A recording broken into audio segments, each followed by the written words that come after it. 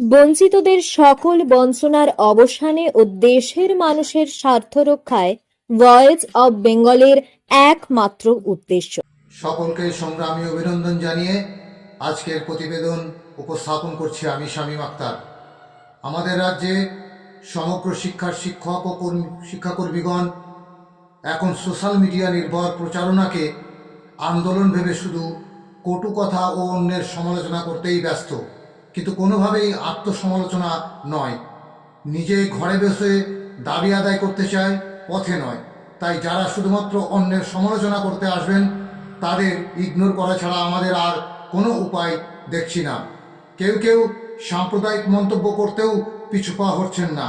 যারা বলছেন যে মমতা বন্দ্যোপাধ্যায় সরকারকে টিকিয়ে রেখেছে একমাত্র জিহাদিরা, এই তারা 2011-তে হারমাত তাড়াতে গিয়ে উন্মাদ ডেকে এনেছে, তা স্বীকার করতেই চায় না।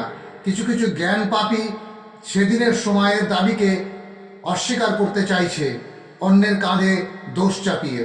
অথচ এই উন্মাদ সরকারের সর্বস্ব চেটে পুটে খেয়ে ঢেকুর তুলতে তুলতে তার দাবি আদায় হলো না কেন সেই জবাব অন্য নেতৃত্বের কাছে চাইছে, এমনকি কাজের হিসাবও চাইছে।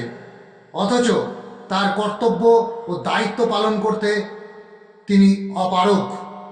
আজ বলতে কোনো দ্বিধা নেই, 2012-তে একেবারে অন্তিম লগ্নে যখন ট্রেনিংয়ের জন্য আদালতে শরণাপন্ন কেউ হলো, তার বিরোধিতাও করতে পিছুপা হলো না, ছাড়ল না তাকেও। পার্শ্ব শিক্ষকদের মঞ্চে নিয়ে আসা হলো দিলীপ ঘোষ মহাশয়কে, তারাও রাজনীতি করলেন। সেই তারা এখন বলছেন সমগ্র শিক্ষার শিক্ষক ও কর্মচারীদের স্ট্যান্ড ঠিক নেই। এই হচ্ছে বিরোধী দলের নেতৃত্বের কথা। ভাবা যায় বর্তমান শাসক ও বিরোধী দলের তর্জন গর্জন একেবারে নাটক ছাড়া আর কিছু নয়। তাহলে বঞ্চিতদের উপায় কি? উপায় একমাত্র রাস্তার আন্দোলন ও আদালতের আন্দোলন।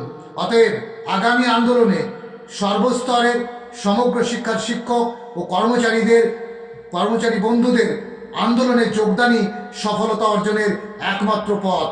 এই আহ্বান রেখে শেষ করছি। ইনকলাব জিন্দাবাদ। ভয়েস অব বেঙ্গল বঞ্চিতদের আস্থার প্রতীক।